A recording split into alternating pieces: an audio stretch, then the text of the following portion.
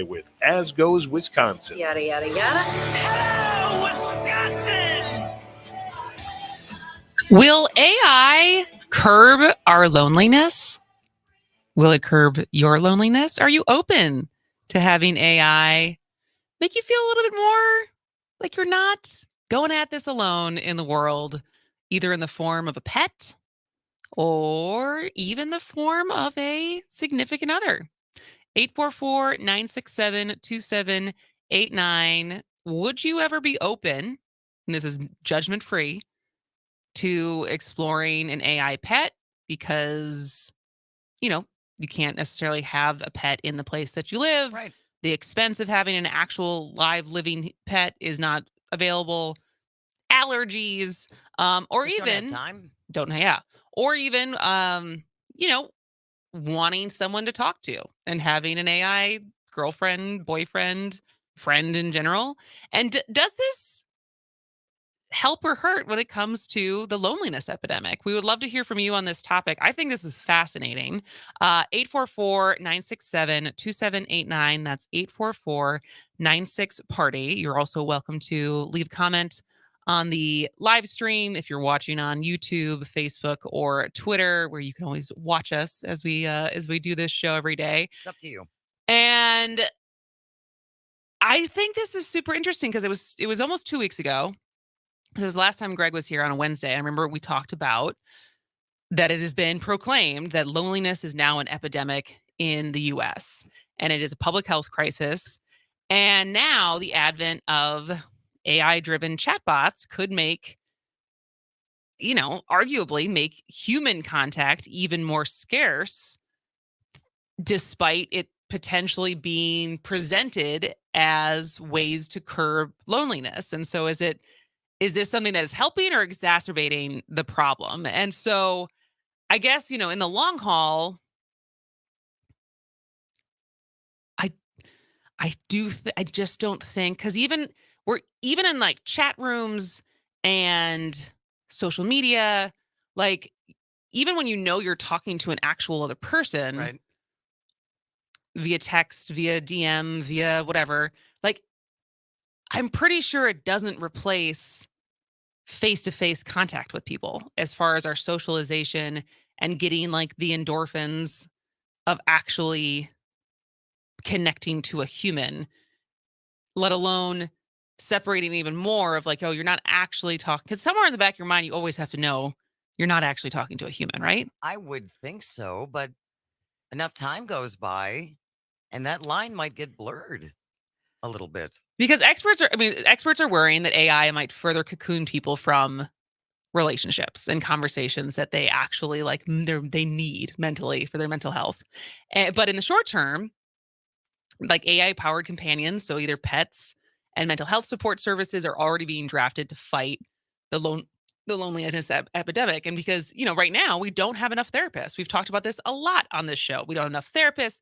We don't have counselors. We don't have care providers in the United States to support every lonely person that could benefit from talking to someone. Right. And so there are AI services that can be scaled to poorly served regions and actually offer help 24/7.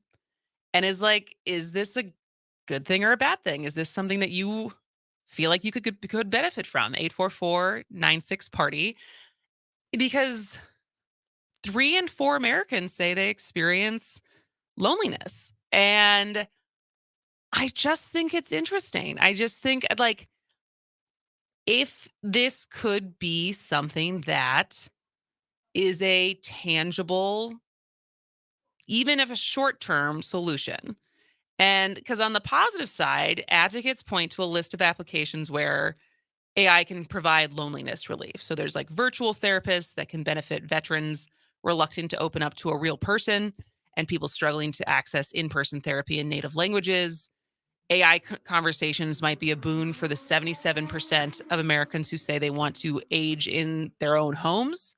So people who don't want to They don't want to go to a nursing home. And so but they still want to be able to talk to someone. AI can help with fall detection. Oh. There's 24/7 support from AI that's different than actually having access to a therapist. And so it's like out of hours backup. and like clinical help and like having chat-based existing on, being able to look back at patients' notes, and also in rural areas, because 3 and 4 counties in the country lack the cash to expand access to health, like behavioral health services. And so are there advantages to this? 844-967-2789. We have Eric from Tosa on the phone. Hey, Eric, what do you want to say? Hello. Yeah, I'd like to say this kind of already exists in a way, through like phone sex, and chat rooms in a way. But the problem is with this, and it'll become the problem with the AI, much like that, is it's not free.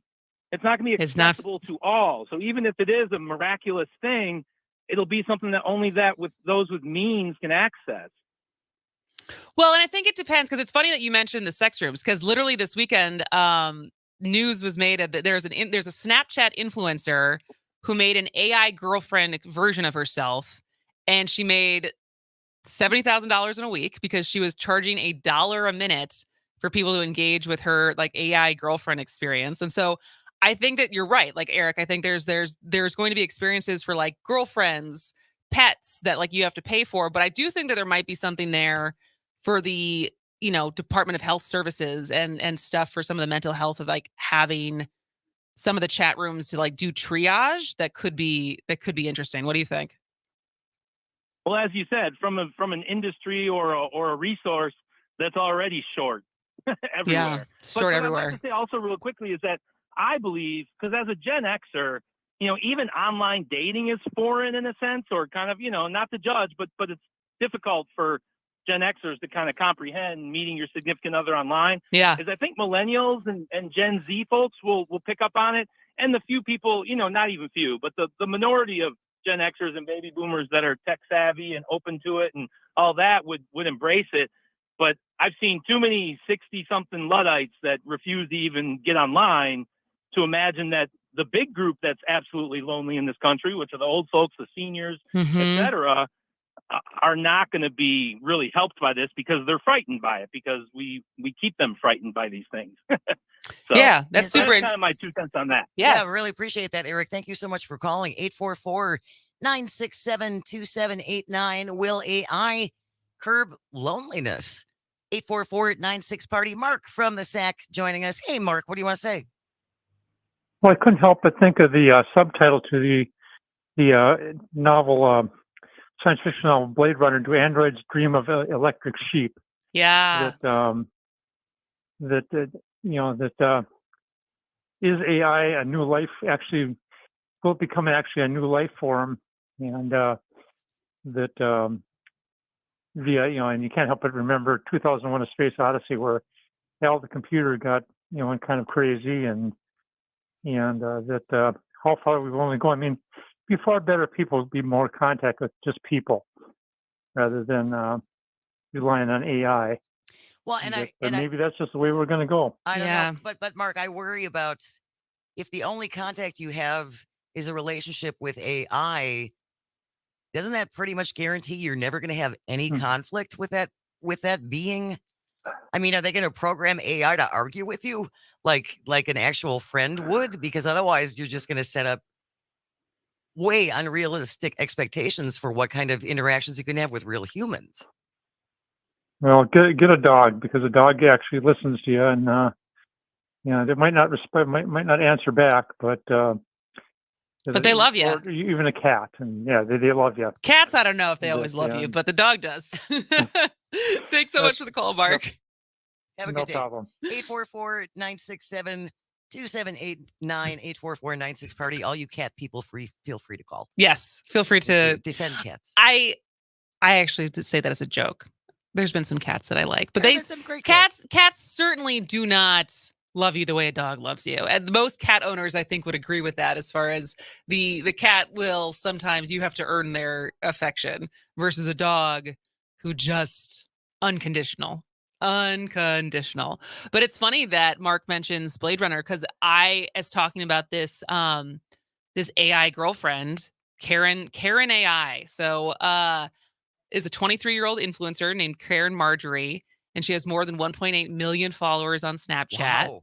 And so she worked with a company to basically come up with an AI girlfriend. And so her followers have to pay $1 a minute to engage with it. $1 a minute. $1. I mean, but that's what like the sex chat, like the sex lines were like $1 a minute. Wow. Aren't like psychics also $1 a minute or something wild like that? I don't know. But and it's the beta test went down last week, and she made like $70,000, and the AI experience could eventually bring in as much as $5 million a month. A month? A month.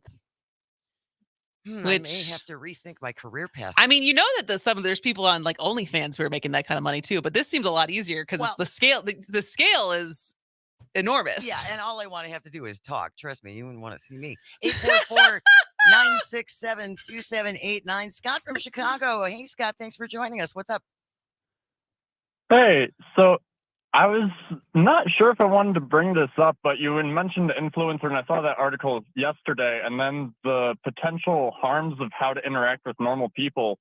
I saw an article about a week ago about AI-inspired explicit images, and there have been reports of physical harm because people are trying to recreate AI-generated images that are physically, biologically impossible. Like sex acts? Yeah. So it's like they're trying to do Karma Sutra that is like actually not possible? Yeah, the AI-generated images that people are making are biologically humanly impossible to do, and people are trying to recreate it in the bedroom, and they're going to hospital because of it. Do not try unless double jointed. You can't bend that way. That's not normal. That's hilarious, Scott. Thank you so much for calling. We're right up against the break. Right against the break. We're going to keep this conversation going. 844-96-PARTY. How do you feel about AI as your companion, pet, or partner? This is As Goes Wisconsin. Civic Media, I'm meteorologist Eric Height. Currently, it's 73 degrees. Mr. Theodore Twombly, welcome to the world's first artificially intelligent operating system. We'd like to ask you a few questions. Okay. Are you social or antisocial? I guess I haven't been social in a while. How would you describe your relationship with your mother? Thank you. Please wait as your operating system is initiated. Hello, I'm here. Hi. Hi, I'm Samantha. That was the trailer from the 2013 film Her, starring Joaquin Phoenix and Scarlett Johansson as the voice of his AI girlfriend. Yep. And it's wild that, 10 years later, this is a real thing. And I remember, because it's not new, right? It felt, the whole point of that movie is how real Samantha, which is the robot, right, or the AI was, and the relationship that they created.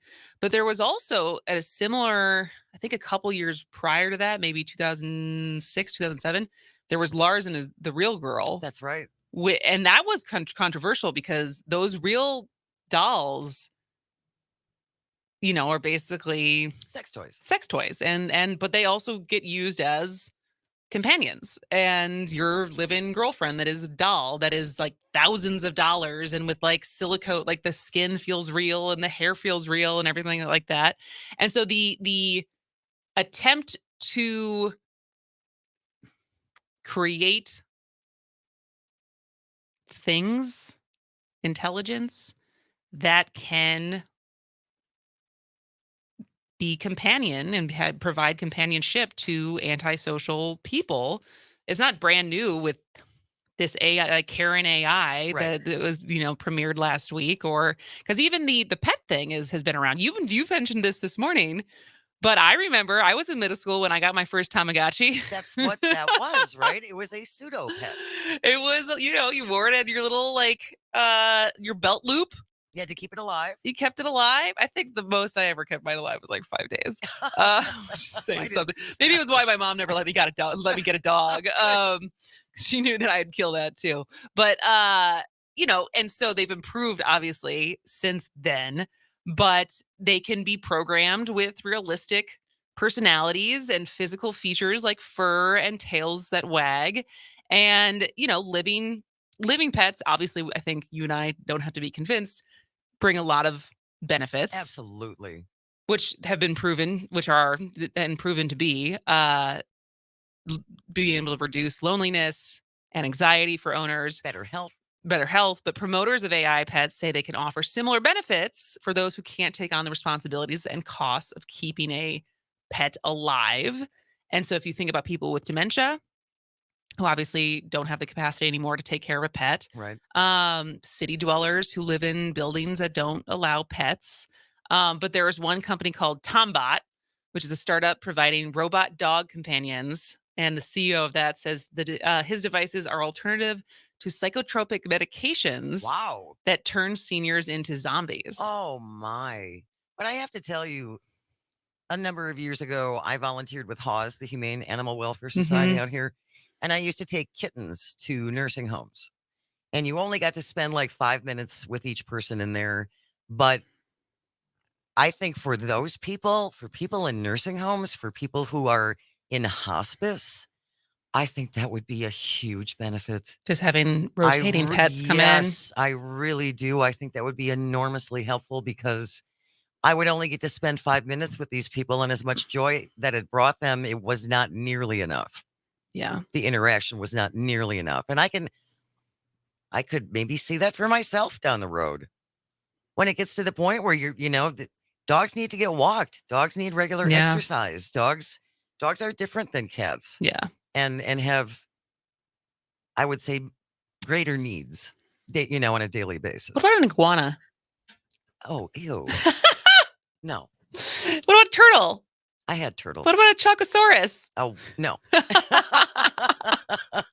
I'm very dog biased. Dog biased. I am dog biased. But yeah, I think it's interesting. I think it's like all of this. The AI frontier is here. I know that there's a lot of people who are trying to curb how fast it's moving, but I think it's short-sighted to think that there's not actual solutions that could help people. Granted, if you have to pay for it, that doesn't really help the people who need the help the most. Definitely. But I think it's interesting as far as it getting brought up, as far as what it can do. If you think about, it's just like, how do you like quality control that? But you think about the number of people, like since the invention or the see, this is happening again. A couple more the months, 988 number, since the the 988, the mental health hotline, came about last summer. Every month we see that there's record numbers of calls and how many people are using it, which is great. But as far as if you can use the triage of that, where there's more people who are the actual humans on the line who get the escalated calls versus the first contact, there's their uses there. And again, until we get more therapists and more mental health, like, is there something that could actually help? I don't think $1 a minute AI girlfriends is necessarily the best use of this technology. I would agree with you. But, who am I to tell people how to spend their money? Texter from the 920 says some health systems are already using these types of things. Oh, wow. Okay. So with the, you can call in and talk to some AI, maybe as a potential screener to start off with. But yeah, it's here. I just, it's like the guys who want to reanimate the woolly mammoths. Look big picture. Just look out a little further. It's like Jurassic Park was 1994. Did we not learn anything from that movie? Look a little further out. Was it 94? 92? I don't know. Anyways, when we come back, Mark Sommerhauser, communications director and policy researcher at Wisconsin Policy Forum, is going to be back to talk about their report from last month, kind of breaking down the differences between Evers' approach to tax reform and Devin Lemieux's approach to tax reform. So stick around. This is As Goes Wisconsin. One for you, 19 for me. 'Cause I'm the tax man. How are we going to spend our largest budget surplus on record? Will it be on tax reform. Maybe it could be.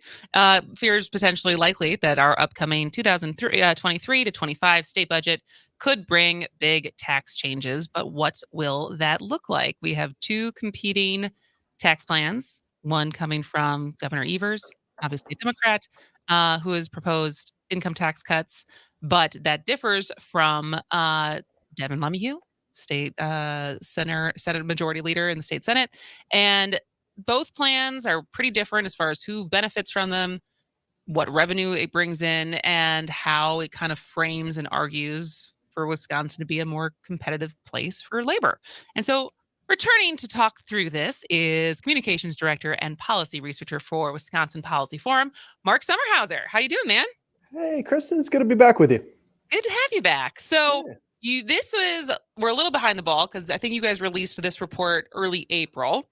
Has much changed since you published this? Well, the good news is no, not much has changed. And so I think it's still quite relevant, not least because as we see the state budget debate start to take shape, I think it's pretty clear that this is going to be one of the biggest sticking points. This is going to be one of the things that if we can hopefully see our Republican legislature, our Democratic governor come to some sort of an agreement on a budget, this is going to be probably one of the toughest issues to resolve and one of the last sticking points between the two parties. So that's why I think it's useful to take a look at the two proposals here that absolutely touched on. So let's start with kind of breaking down, because I kind of have the same questions for each plan. So if we start with Evers' plan, what does it actually do? Okay, so the Evers plan is somewhat more complicated in the sense of there's kind of more moving parts to it. Okay. It does. So I'm going to try to summarize those as concisely as I can. Basically, the broad picture is that it makes use of tax credits, both refundable and non-refundable tax credits, to target income tax relief primarily to low and middle income taxpayers. And there are a few taxpayers who would pay more under the governor's plan. Most people would pay less. And typically that does correlate with income. So people with higher incomes, generally speaking, would pay a little more. Obviously, the majority of Wisconsinites, they're in that middle income spectrum, as well as those at the lower end of the income scale would generally pay less. Now, we always have to give the caveat, everybody's taxes looks different. We can't, there's no way we can say everyone or no one. You can't really make those kind of statements when you talk about how a tax proposal would affect people, but you can look at how it affects, say, the average person at a certain level of income and draw some conclusions about, the broad impact statewide. And what would the threshold be of the people who would have to pay more? Yeah, so essentially it's around $200,000 a year in income for an individual. I don't have that number in front of me for a married couple, but I believe it's in the 300 and some range for a married couple. That is kind of the inflection point where people below that point would pay a little bit less under the governor's plan. People above that level, if you're just above that level, you would pay a slight bit more.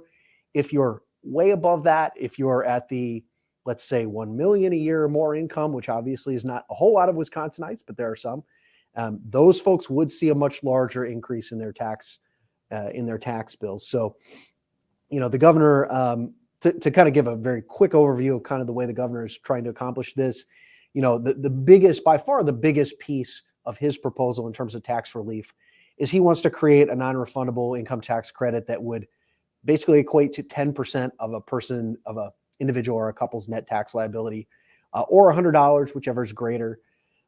This would be a new credit that he would be creating. This would basically apply only to people at the individuals at the 175K or less income threshold, or that number is higher again for married couples, those who are filing jointly. And so that's kind of the biggest piece of his proposal. He also has some either new or expanded tax credits that would aim to help people offset some of the expenses that they incur from caregiving, either from childcare or from those folks who are caregiving for adults. Okay. So there are other pieces to his plan. There's just no way to summarize it in 30 seconds or a minute. Yeah. Those are some of the biggest pieces that are kind of the biggest elements of it. Mark, going back a little bit about who would have to pay more if this would go through, I just want to go back in time a little bit, the wealthiest Americans got a pretty healthy tax cut under the Trump administration, which are going to stay permanent, correct? As opposed to the big $33 a month in savings that I got. From what I understand, that's going away. Yeah, so obviously that would be contingent on what the president and Congress would do at the federal level. But with the Republican House now, I think you can say that it's pretty unlikely, at least for the immediate future, that they would roll back those tax cuts that were enacted. I think it was in 2017 under President Trump. So yeah, that is true. It is also true that here at the state level. So obviously our research does kind of focus on state and local issues. We just actually had a very large income tax cut in the current budget, in the budget that was enacted here in 2021. That was one of the biggest income tax cuts in state history. It was about $1 billion a year in total income tax collections that were reduced as a result of the budget that Governor Evers signed back in 2021. And that was tax relief that did apply across the spectrum. It was, I would say more targeted at folks in the high to middle income tax ranges. It was the third bracket that was reduced. And so that is, I think, important context to understand kind of going into this budget is that both under Governor Walker and then now under Governor Evers, we have been reducing income taxes in Wisconsin from what had been a pretty high baseline prior to Governor Walker. But we've been reducing income taxes over more than a decade here and under two governors heading into this budget. We're talking to communications director and policy researcher Mark Sommerhauser for Wisconsin Policy Forum about the two proposed tax plans that could change how we pay taxes. And that's probably good as far as reducing income tax is a good segue into the other plan from Senate Majority Leader Devin LeMahieu, which wants to do a flat tax, correct? Yes. So this one is a little easier to explain because it is pretty simple and straightforward, but it would have a much more significant impact in terms of how Wisconsin collects income taxes. What Senate Majority Leader LeMahieu has proposed is to shift us from a graduated or progressive income tax where the amount that you pay in taxes, the rate that you pay, the share of your income that you pay goes up as you make more in income. Senator LeMahieu wants to make us one of, I believe we would become the 12th state to have a flat income tax, meaning all income in the state would be subject to the same rate. And under the LeMahieu plan, it would be 3.25% would be the flat rate for all income under his proposal. Most states, including Wisconsin for right now, do have that progressive or graduated income tax, but there are some, including Illinois, our neighbors to the south, that have a flat income tax. We would become one of those. Currently we have four different brackets, 4 different rates depending on income, ranging up to as high as 7.65% for folks at the highest income levels. So just a question for you said Illinois, because I feel like when we talk about Chicago and Cook County, it's expensive. But so in Illinois, they have a flat tax, but then do counties and cities have the ability to set their own taxes, which we all know, we don't all know, but we can't do in Wisconsin?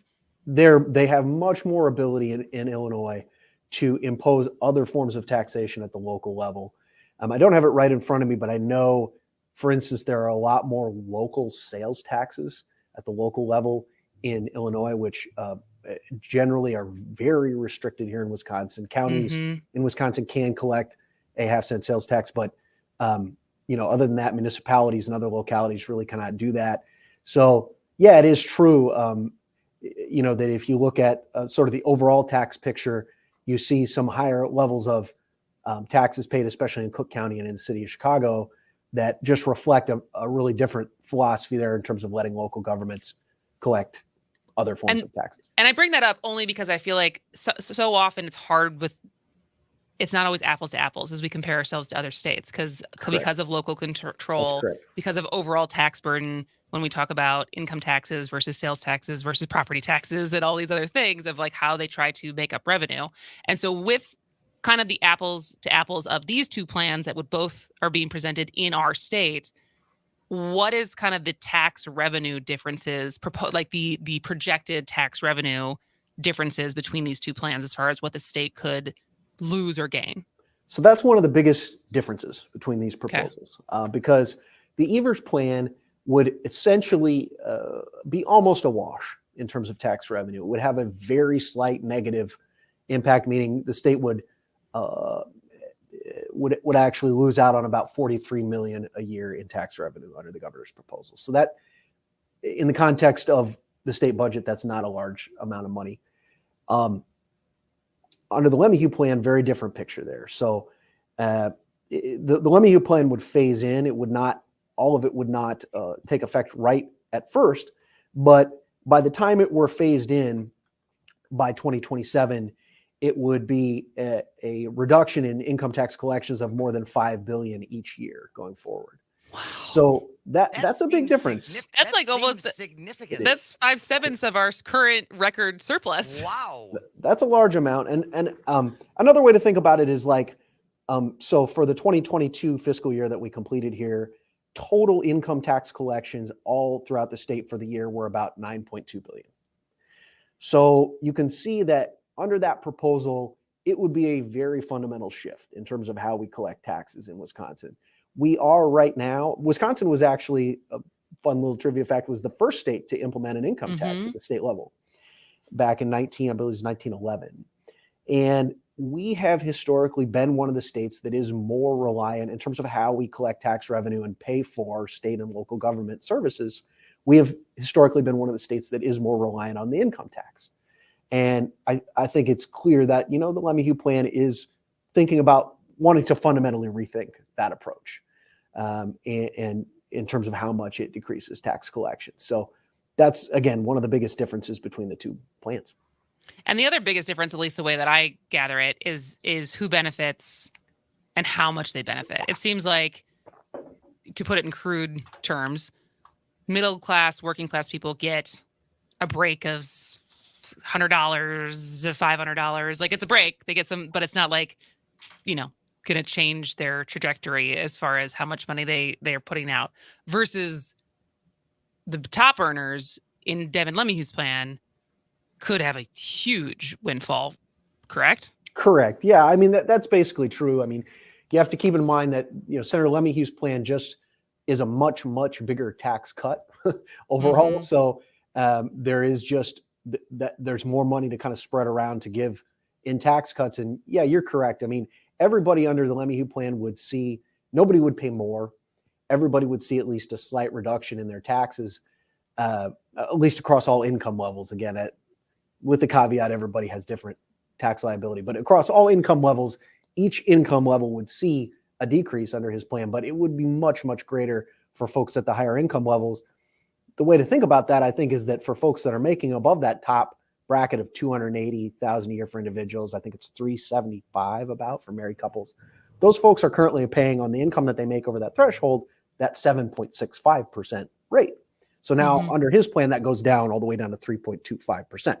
So you can see how big of and we did a quick sort of look at how the average taxpayer would be impacted. So let's look at that when we come back, because we're coming up against a break. So we'll talk about that. Sure. Our guest is Mark Sommerhauser, who is the communications director and policy researcher for Wisconsin Policy.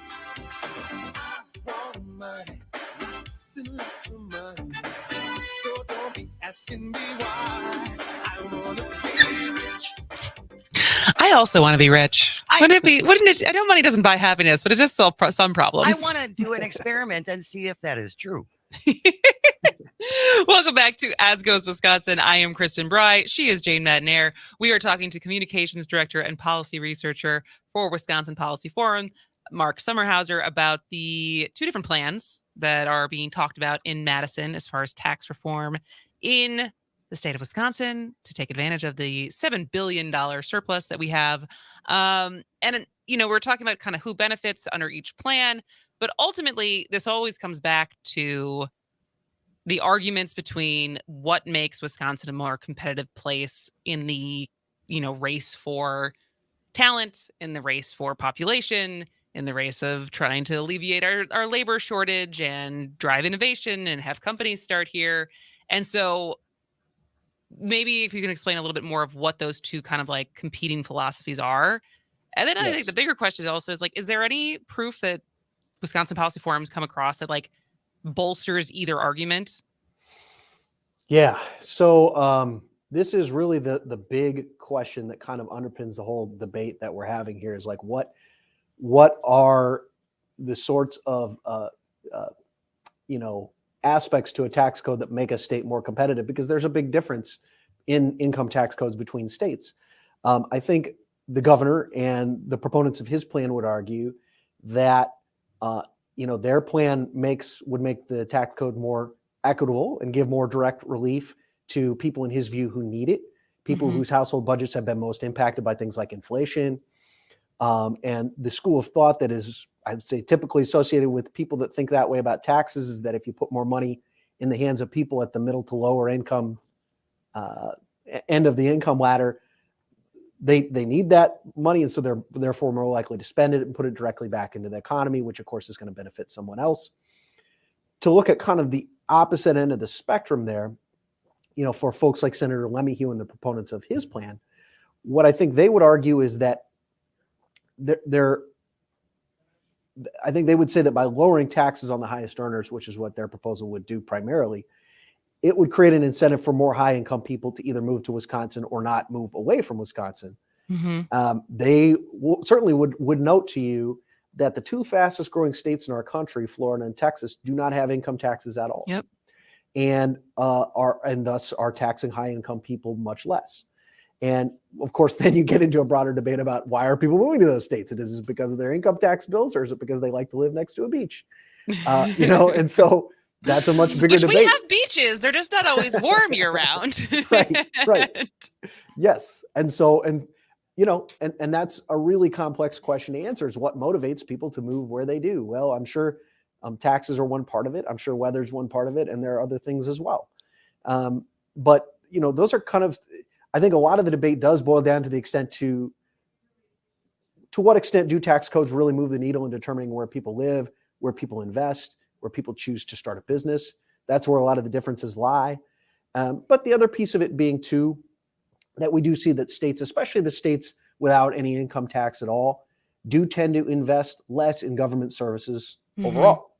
And in part because they aren't collecting as much tax revenue from their highest income residents. And so there's obviously a debate about how that affects a state's competitiveness. If you're spending less on things like education or healthcare or infrastructure, does that make your state more or less competitive? So it's a pretty complicated debate, but I'd say at the heart of it, that's those kind of things are where a lot of the debate hinges on and where a lot of the differences lie. And so it basically becomes hard to, everyone can point to different states that are doing arguably in one category or another better than Wisconsin, quote unquote. Right. And whether it's people moving there, because I mean, they're different, and depending on what you look at, Minneapolis has been able to retain more people than, and not Minneapolis, but Minnesota, and where Minneapolis's growth and stuff like that, where they are certainly more blue and there's certainly more taxes and stuff. And so is it really kind of just, is there anything you can look at that be like, this is the best comparison for our state as far as weather, as far as population, as far as like other levers in place? Is there a good place to look at as far as how this could look going one direction or the other? It's very tough because there's so many variables, but also a lot of it comes down to your values. As I mentioned before, Illinois has a flat tax. They are more demographically challenged than we are here in Wisconsin. I mean, they're losing more residents than we are. As you mentioned, Minnesota, generally, especially over the last decade or two, has done better demographically than Wisconsin has. It actually has a more progressive tax structure than we do, and a more progressive income tax. But, there's no denying that, especially for a certain subset of individuals, probably I would say especially higher income retirees, that there is an incentive probably to think about moving to states with no income tax, just in terms of how much they pay in their tax bill every year.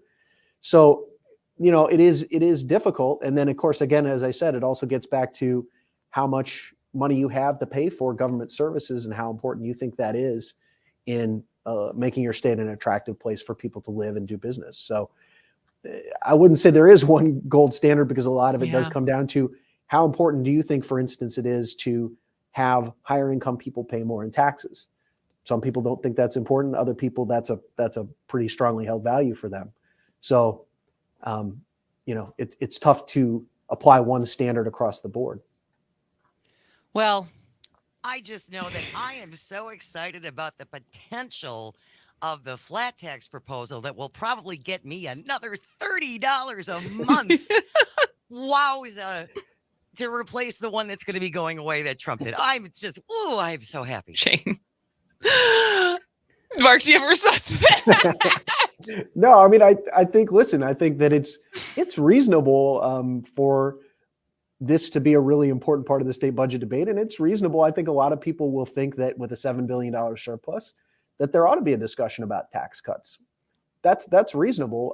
Yeah. And both sides seem to agree that some amount of tax cuts are appropriate. But again, it does boil down a lot to who gets the bulk of those, and one side wanting to really enact a much more significant ongoing reduction in the total amount of tax revenue that's collected by the state versus Governor Evers not really wanting to do that as much. So, but I think it's reasonable for people to expect that sort of debate is taking place. But as we've seen, there's some big differences, and hopefully what our report does is, neither of these proposals are going to be become law as is, but it does give people some sense of the two sides of the debate that's taking place.